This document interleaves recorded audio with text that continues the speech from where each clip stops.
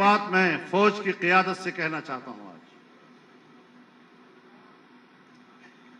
کہ یہ جو کچھ کہا گیا ہے، میں چونکہ ایک ذمہ دار آدمی ہوں، میں اس قسم کے لوگوں کے بیان پر تبصرہ نہیں کرتا۔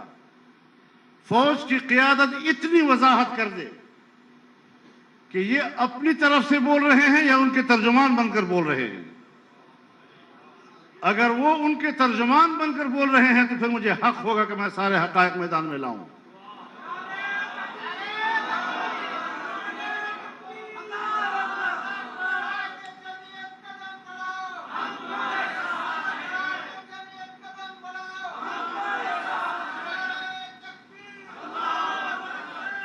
ہم نے اس میدان میں کوئی کچی گولیاں نہیں کھائیں،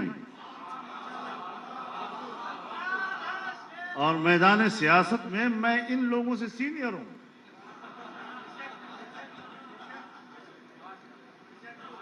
میں فوج کی قیادت سے سب سے سینئر ہوں ان کے مقابلے میں۔ جب آرمی چیف کیپٹن تھے تو میں پارلیمنٹ کا ممبر تھا۔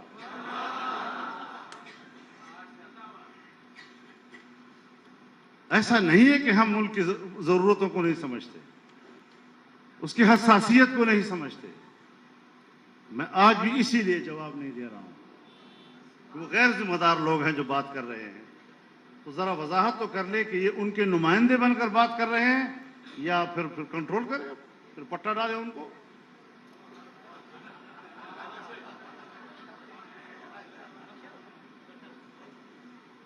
تو میرے محترم دوستو، ہم اس وطن عزیز میں حقیقی معنوں میں اس قوم کو ایک آزاد قوم دیکھنا چاہتے ہیں۔ ابھی ایک ہفتہ پہلے ہمارے آرمی چیف جنرل باجوہ صاحب نے پارلیمنٹ کے پارلیمانی لیڈرز کو بلایا، قومی اسمبلی کے پارلیمانی لیڈرز کو،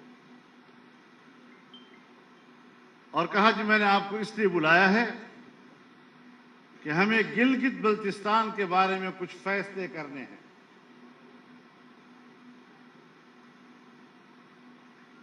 تو میں آپ کو اعتماد میں لینا چاہتا ہوں۔ اب بلایا کس لیے تھا اور خبریں کیا چلائی جا رہی؟ جس طرح کچھ ساتھی آپس میں بیٹھتے ہیں تو ادھر ادھر کی بھی کچھ باتیں ہو جاتی ہیں، غلط ہو صحیح ہو جاتی ہے۔ جو اجلاس کا موضوع نہیں ہے اور دوران اجلاس ادھر ادھر کی کوئی بات آ جاتی ہے، اسے اپنے چینلوں کے ذریعے سے چینلوں پر اس کا تذکرہ کیا جاتا ہے، اور جس موضوع پہ بلایا تھا اس کو چھپایا جا رہا ہے، اور ایسا تاثر دیا جیسے سیاستدان اس کے پاس گئے ہیں، جیسے سیاستدانوں نے خواہش ظاہر کی ہو۔ بابا بلایا بھی آپ نے ہے، موضوع بھی آپ نے طے کیا، اور پھر سیاستدانوں نے یہ زبردست مظاہرہ کیا کہ بالاتفاق آپ کی تجویز کو مسترد کر دیا تھا۔ وہ بات کیوں نہیں کرتے؟ اس کا تذکرہ پبلک میں کیوں نہیں کیا جا رہا؟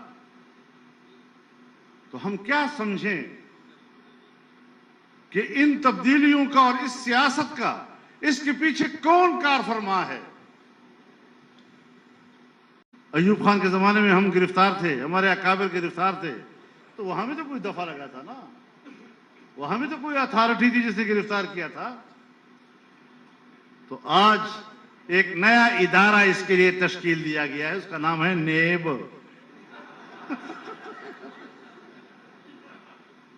تو آج کل وہ سیاستدانوں کو گرفتار کر رہا ہے۔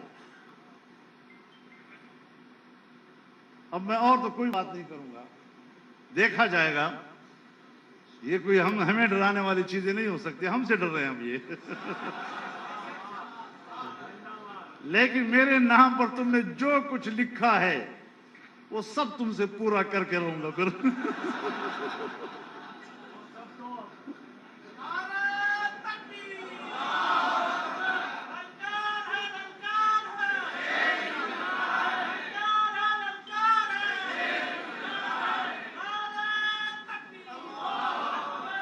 تو تم نے 1994-95 میرے خلاف بہت کچھ لکھا، کتنے پلازے، کتنے فیکٹریاں، کتنے ہوٹل، کتنی بڑے جہان میرے بارے میں تم نے لکھا تھا.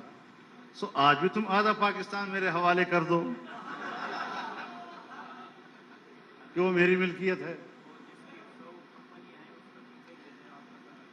اور میرے خیال میں وہ جو جنرل صاحب ہے میرے بھائی، اس کے بارے میں جتنی جائیداد لکھی گئی ہے اس کا 1/4 مجھے دے دو، میں سارا اس کو دے دوں گا.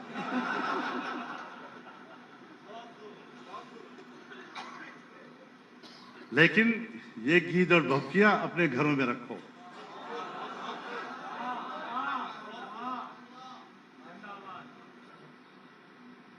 آج پتا ہے انہوں نے پہلا حملہ میرے اوپر کیا ہے.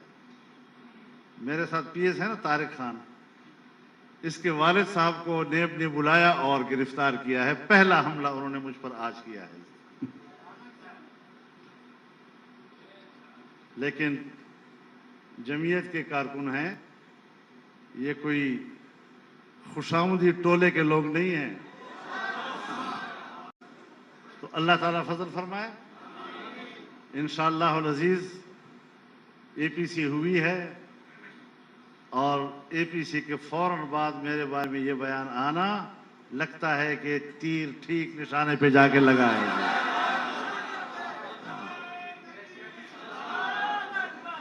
تمہیں ساری زندگی میری سیاست میں رہی ہے، 40 سال رہا ہوں. تم نے خوردبین لگا کر بھی دیکھنے کی کوشش کی ہے، تمہیں کچھ نہیں ملا. آج اے پی سی کے بعد تمہیں یہ چیزیں یاد آ گئی ہیں. میرے محترم دوستو، میں اس پر کوئی زیادہ بحث نہیں کرتا، لیکن جماعتی حوالے سے بھی ہم نے مشاورت کرنی ہے اور پوری جماعتی موقف کے ساتھ ہم نے انشاءاللہ آگے بڑھنا ہے. آپ کی سوچ اور رائے کو بھی ہم سامنے رکھتے ہوئے انشاءاللہ اس حوالے سے اپنی حکمت عملی بنائیں گے، اور اس میں تردد اور خوف کسی قسم کی کوئی چیز نہیں. ہم تو اس دن کے انتظار میں تھے کہ تم ہمیں چھیڑو تو صحیح.